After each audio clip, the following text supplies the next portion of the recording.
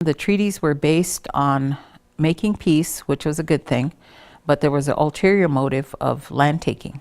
And so that's when the cultural cup began to change. When the settlers came in on the eastern coast and they asked the men in our tribes, in our camps to make the treaty, they said they needed 3/4 of the adult males. Oftentimes they would say that.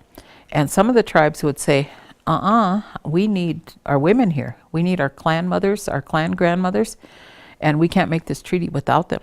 So some of them asserted it and others didn't. But the point that they were trying to make is that we came from a society that was essentially equal. We all had labor roles, and but when it all came out in the wash, the women were not really signatories of the treaties. And I think it was the men in their mind were respecting that they would always go back and talk to the women. I just came from a treaty meeting this morning, and that's what they were saying.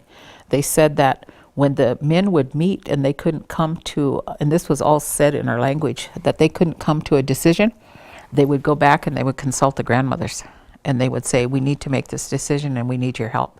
So it was not ever neglected, but I think the government officials didn't understand that, and they just thought that the women didn't have a right. But they did. They had a very important role.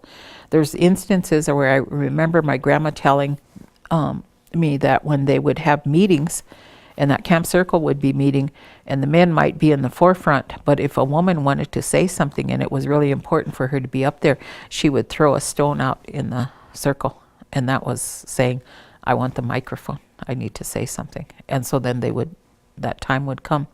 So there were different ways that evolved to get that input.